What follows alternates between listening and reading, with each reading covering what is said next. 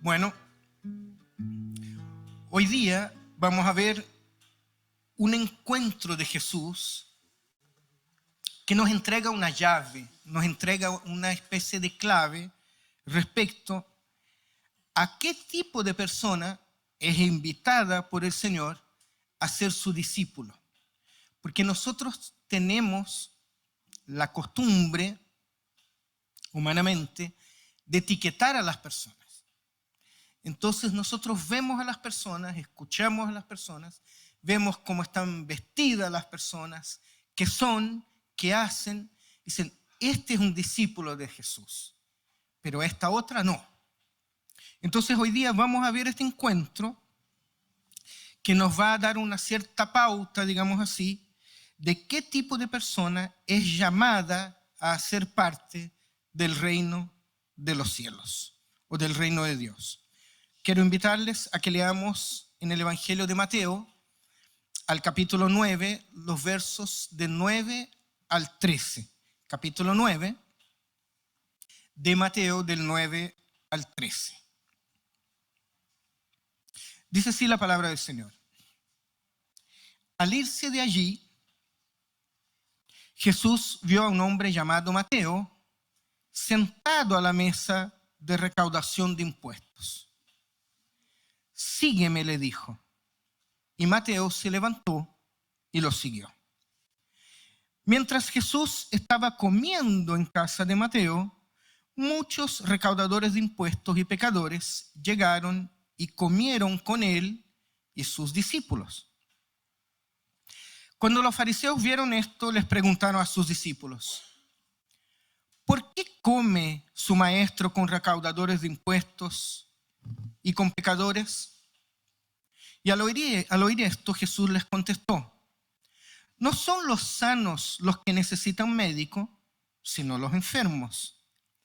Pero vayan y aprendan qué significa esto. Lo que pido de ustedes es misericordia y no sacrificios, porque no he venido a llamar a justos, sino a pecadores. Un pasaje muy conocido, ¿verdad? El llamamiento a Mateo, desde donde hoy día compartiremos tres enseñanzas principales. Si usted quiere quedar con su Biblia abierta, no hay problema. Vamos viendo cada versículo. Verso 9. El episodio se produce, según el evangelista, cuando Jesús abandona el lugar de la liberación de dos personas de demonios de dos personas. Si vemos el final del capítulo 8, es esta liberación de demonios que se da en donde Jesús manda a los demonios a los cerdos. Antes de eso, Jesús había calmado la tormenta y dice el capítulo 8, había sanado muchos enfermos. O sea, su ministerio aquí, el ministerio de Jesús, ya está en pleno desarrollo. Es distinto al llamamiento que vimos el domingo pasado de los 4 pescadores a la orilla del lago, en donde está el capítulo 1 de Marcos, en donde Jesús está empezando el llamamiento, ¿se acuerdan? Y decíamos, estos hombres tienen que haberse preguntado a quién nos están llamando, ¿se fijan? Pero aquí, si bien el autor no dice que Mateo hubiera presenciado los episodios que se vienen dando, los relatos anteriores, el autor simplemente dice que únicamente Jesús lo vio sentado en la ventanilla, en la mesa de recaudación de impuestos, digamos, en la oficina de... Mateo estaba en el servicio de impuesto interno, algo así. Ahí estaba Mateo, ¿verdad? Y pasa Jesús y llama a Mateo. No sabemos si Mateo vio las cosas que había hecho Jesús, pero sí es probable que Mateo sea llamado después de haber visto y oído muchas cosas de Jesús. El llamado a Mateo parte de Jesús, ¿no es cierto? Jesús le ordena el seguimiento y Mateo obedece al instante, en el minuto. Mateo no dice mañana, Mateo no dice déjame ver, déjame hablar con mi familia. El texto dice que Mateo lo obedece simplemente. Se levanta y le sigue.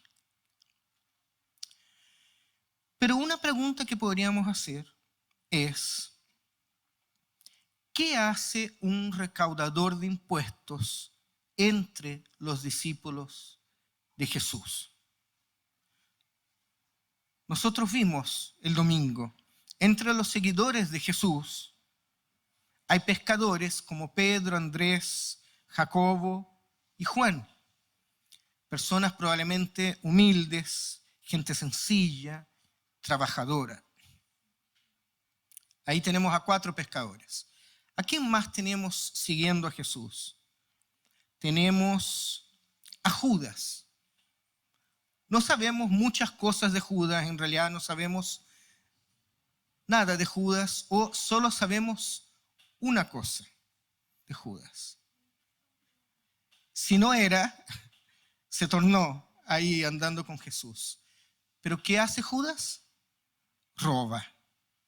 Judas, siendo seguidor de Jesús, era un ladrón. También está Simón, el celote, otro Simón, que no es Pedro. Los celotes eran personas que estaban metidas con la política. Era un grupo de judíos, dentro de los judíos, que estaban o intentaban o tenían la intención de derribar el gobierno, el imperio romano. Entonces, probablemente este Simón, que era conocido como celote, haya sido un político, un revolucionario antes de unirse a Jesús. Pero también está Mateo, un cobrador de impuestos. Nosotros hemos visto otras veces, los cobradores de impuestos eran vistos como parias en la sociedad judía. Eran vistos como traidores, eran muy mal vistos por los demás judíos. ¿Por qué? Porque estos hombres cobraban una comisión aparte y muchas veces se hacían ricos con estas comisiones. De hecho, Pedro, que era pescador y que pagaba impuestos que eran muchas veces abusivos, pagaba sus atributos a uno de estos recaudadores. Nosotros no podemos decir que Pedro pagaba los tributos a Mateo, pero si no pagaba los tributos a Mateo, pagaba otro Mateo. Pero Pedro, por ejemplo, pagaba sus tributos. Yo me pregunto, ¿qué habrá pensado Pedro cuando Jesús llama a Mateo? Los demás apóstoles, nosotros no sabemos mucho respecto a su vida antes de ser llamados por el Señor. Pero aquí hay algo que es interesante.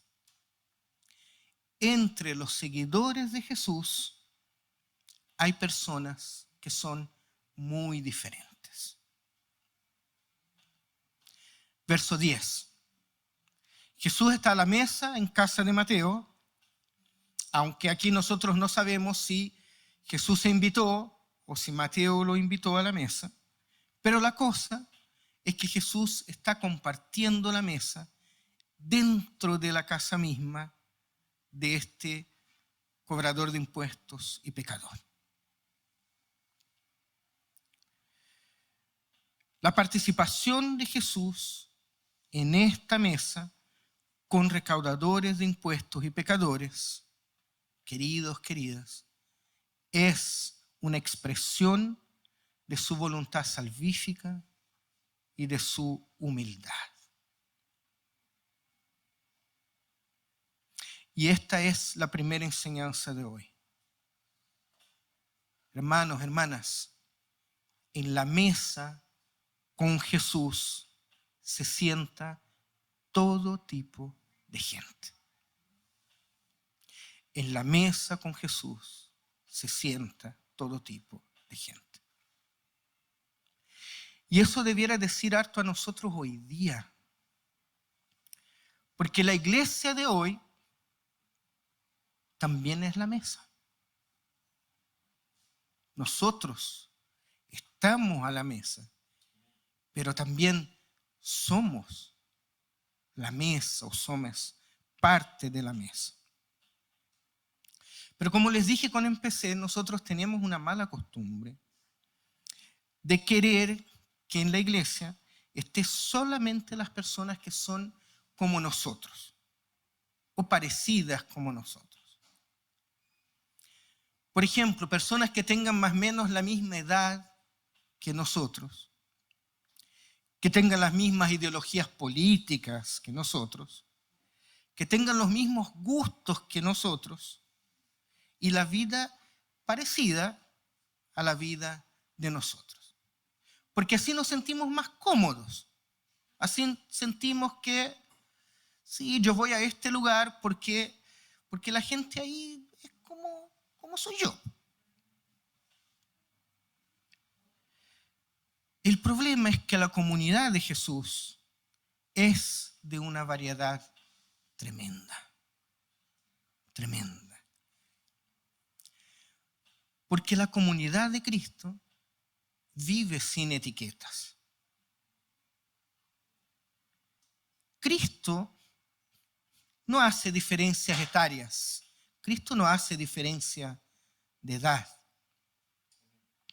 Cristo no hace diferencia entre clases sociales, ricos, pobres, clase media. No hace diferencia entre solteros o casados. Hay personas, no en nuestra iglesia, pero en términos generales, muchas veces las personas solteras, por ejemplo, son discriminadas en las iglesias. Así como son discriminadas en nuestras familias. Personas que no se han casado por distintos motivos, distintas situaciones, qué sé yo, pero sienten una presión social porque llegó a los 30, llegó a los 40 y no se ha casado. Como si no se hubiera casado fuera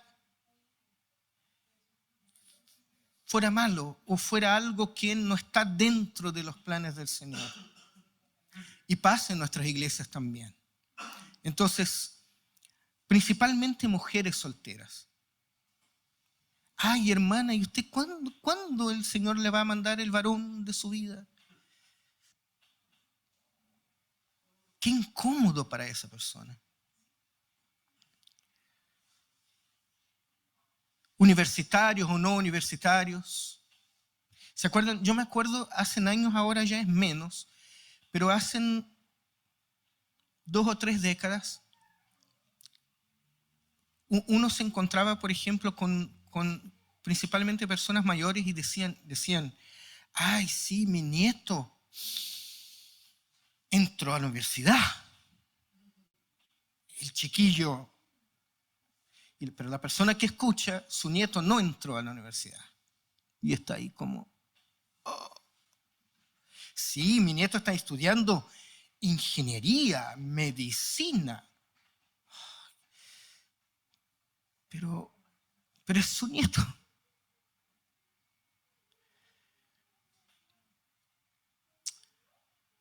¿Qué más anoté acá? Hombres, mujeres.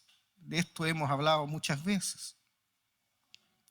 Y tantas otras diferencias que nosotros sí a veces hacemos, pero que el Señor no. Queridos, queridas, Jesús no hace acepción de personas. La verdadera comunidad de Jesús, por ende, tampoco debiera hacer distinción entre las personas que hacen parte de la comunidad. El problema es que la iglesia muchas veces no es así.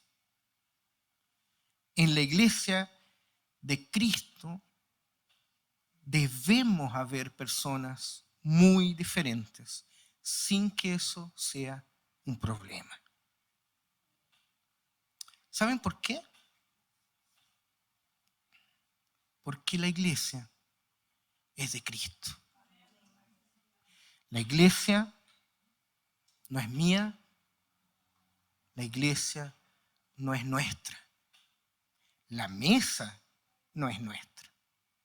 Nosotros simplemente participamos en ella. Y hemos visto en otros encuentros, ¿se acuerdan de la mujer que le llega pidiendo? Y él dice, no, pero ¿cómo voy a quitar de los hijos? Y ella dice, pero aún los perritos, los perrillos, comen de las migas que caen de la mesa. ¿Y se acuerdan que vimos quiénes eran los perrillos que comen de las migas? Así que nosotros debemos aprender a convivir con los demás, aunque sean muy diferentes a nosotros.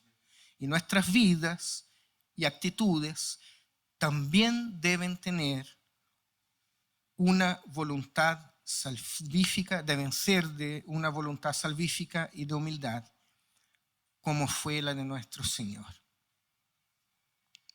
Así que sí vale la pena que hagamos la pregunta: ¿somos esa comunidad de Jesús?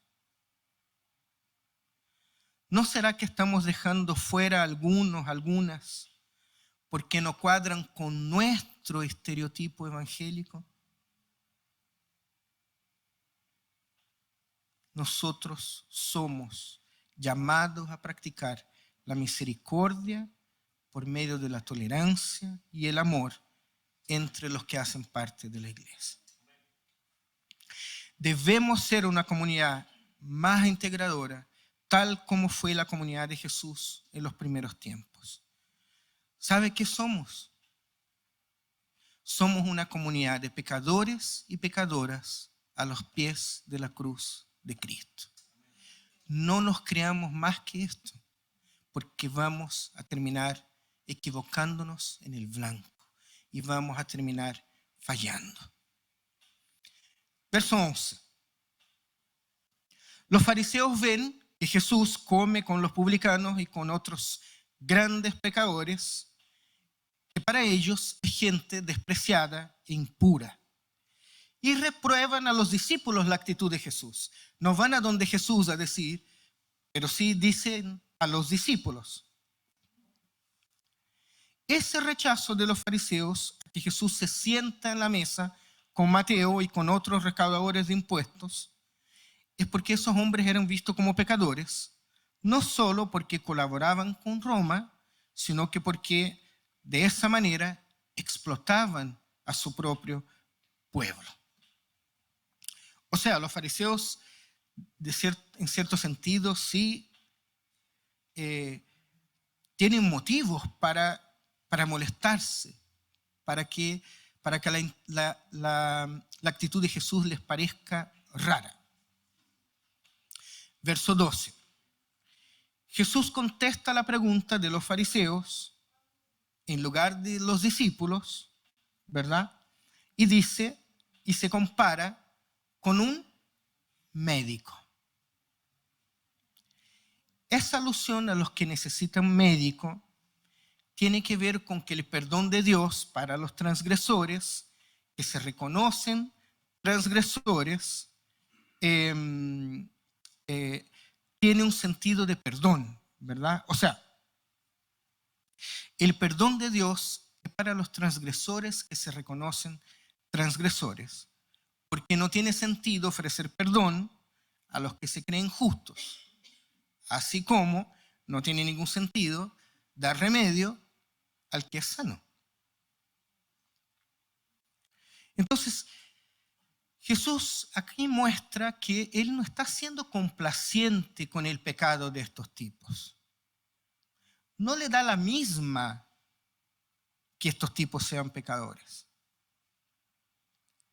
Él no está siendo complaciente con el estilo de vida de estas personas, sino que lo que Él está mostrando es el perdón y el amor inmerecido de Dios. Es por eso que Él dice, cuando dice, ¿pero qué haces sentado acá? Yo estoy entre enfermos. Sé que estoy entre enfermos, porque he venido a sanarlos. Verso 13. Jesús los invita a estos mismos fariseos a aprender de un versículo del Antiguo Testamento, de Oseas 6, capítulo 6. La cita parece que está fuera de contexto porque el relato no ha dicho nada sobre sacrificio, no ha dicho nada sobre el culto, pero por el conocimiento que los lectores de Mateo tenían de los fariseos, porque recuerden que el lector de Mateo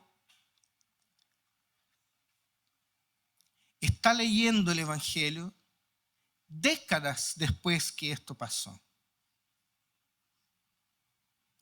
El primer Evangelio, lo primero escrito del Nuevo Testamento son las cartas de Pablo. Cerca del año 50 empieza Pablo a escribir. El primer Evangelio se cree que fue Marcos para el año 70. Mateo, el año 75, 80. Jesús murió en el 30 y algo. Entonces, el que lee el Evangelio y que sabe cómo funciona la mente de los fariseos, entiende por qué Jesús cita el Antiguo Testamento. Ellos podrían haber entendido que lo designado por Oseas como sacrificio se refería a la Torá, a la ley de la pureza farisea y la separación impuesta por la ley entre puros e impuros. Porque los fariseos no habían inventado esto de la nada, sino que lo habían comprendido desde su lectura de los textos del Antiguo Testamento. Entonces, estos hombres que tenían el oficio de recaudador eran impedidos de cumplir con la ley, principalmente en lo que se refiere a las reglas de pureza. Entonces, se hacía imposible para los fariseos convivir con estos recaudadores, con estos pecadores, y mucho menos visitarlos o compartir la mesa con ellos sin sufrir contaminación por la impureza de estos hombres. ¿Se fijan? Pero vean algo. Jesús, al citar Oseas, no derrumba la ley. Jesús no anula el culto. El sentido de la cita de Oseas es más bien: quiero misericordia más que ofrenda. Jesús no abolió la ley cultual. Jesús no dice no hagan culto, no hagan sacrificio, sino que sometió el culto al mandamiento del amor. Así que nosotros podemos decir que Mateo entiende Oseas como un llamado de atención a la iglesia. Si alguien no es misericordioso con el prójimo, de nada le sirven las ofrendas. Si alguien no es misericordioso con el prójimo y no actúa en amor con el prójimo, de nada sirve venir al culto los días domingos. Según Anselmo de Laon, un teólogo francés que vivió en el siglo X, miren lo que dice Anselmo: Dios no desdeña el sacrificio en sí, sino el sacrificio sin misericordia. Y esta es la segunda enseñanza de hoy. El culto, el rito, no puede desligarse del amor. Porque si eso pasa, el culto es anulado y pierde su sentido. Para Mateo, la ofrenda solo es grata a Dios bajo el signo del amor. Y eso es lo que enseña Jesús, de hecho, con toda su conducta. Así que la vida cristiana es mucho más que nuestros cultos. Y para estos hombres judíos y religiosos del primer siglo, la ley, la Torá, es la autoridad. Por eso que Jesús cite a Oseas es tan importante, porque aclara la conducta de Jesús con los publicanos y pecadores, pero a la luz del Antiguo Testamento. Lo que Jesús en el fondo está diciendo a estos fariseos es: vayan y aprendan que yo cumplo el mandato de los profetas. Miren el verso 5:17 de Mateo. No piensen, dice Jesús, que he venido a anular la ley o los profetas. No he venido a anularlos, sino a darles cumplimiento. Entonces, lo que hace Jesús incluso tiene una doble intención, una doble dirección. Por un lado, interpreta a Oseas, pero por otro, confirma para Mateo el cumplimiento de la ley y de los profetas en su persona. Porque lo que vemos en todo el ministerio de Jesús es que de él nace la misericordia con los pecadores, los enfermos y los paganos. Entonces, la cita a Oseas 6:6 es una especie de palabra interpretativa para las curaciones de Jesús. O más bien, en los actos de Jesús se manifiesta la misericordia de la que había hablado el profeta Oseas. Y por último, la predicación del reino de Dios, el reino que recién se inaugura, no es solamente para los pecadores, sino que se da por medio de pecadores que han sido redimidos por Dios. No son ángeles del cielo los llamados a predicar. Somos nosotros, pecadores y pecadoras. Es por eso que es tan importante que nuestra actitud sea siempre humilde, en amor, en acompañamiento, ofreciendo el hombro, ofreciendo un abrazo, ofreciendo compartir de lo que tengo. Porque cuando yo predico o cuando nosotros predicamos el amor de Dios, predicamos de lo que Cristo ha hecho con nosotros, no de lo que nosotros hemos hecho.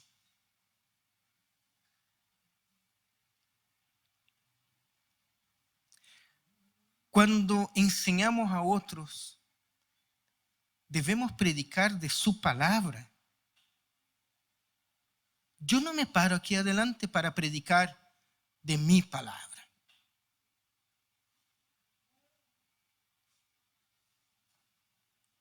Enseño del Maestro bondadoso, no enseño de cuánto yo soy bondadoso.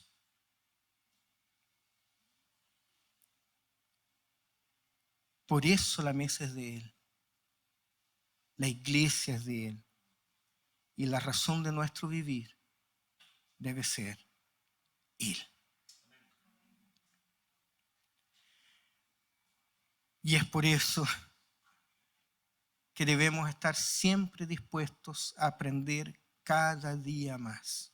No, pero es que yo llevo tantos años viniendo a la iglesia. ¿De qué va a predicar hoy día? Ay, de Mateo de nuevo, sí. He leído el llamamiento de Mateo todas estas veces. Y lo he visto en películas otras tantas. En Semana Santa. Si no estamos dispuestos a aprender del Señor, ¿qué vamos a enseñar a los demás?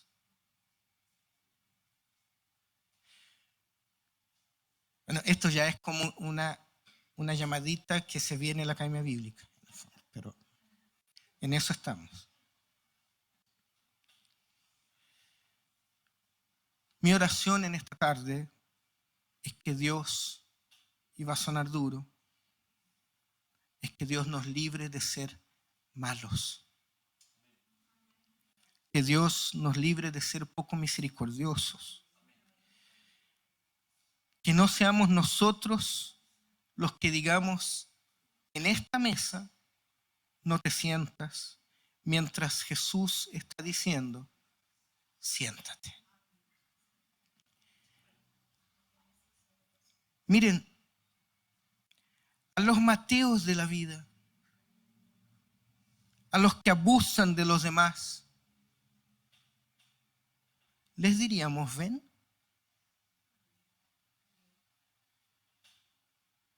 ¿Nos sentaríamos a comer con ellos? ¿Compartiríamos nuestras vidas con ellos? Que el Señor tenga misericordia de nosotros y que aprendamos de Él para que así tengamos misericordia de los y las demás.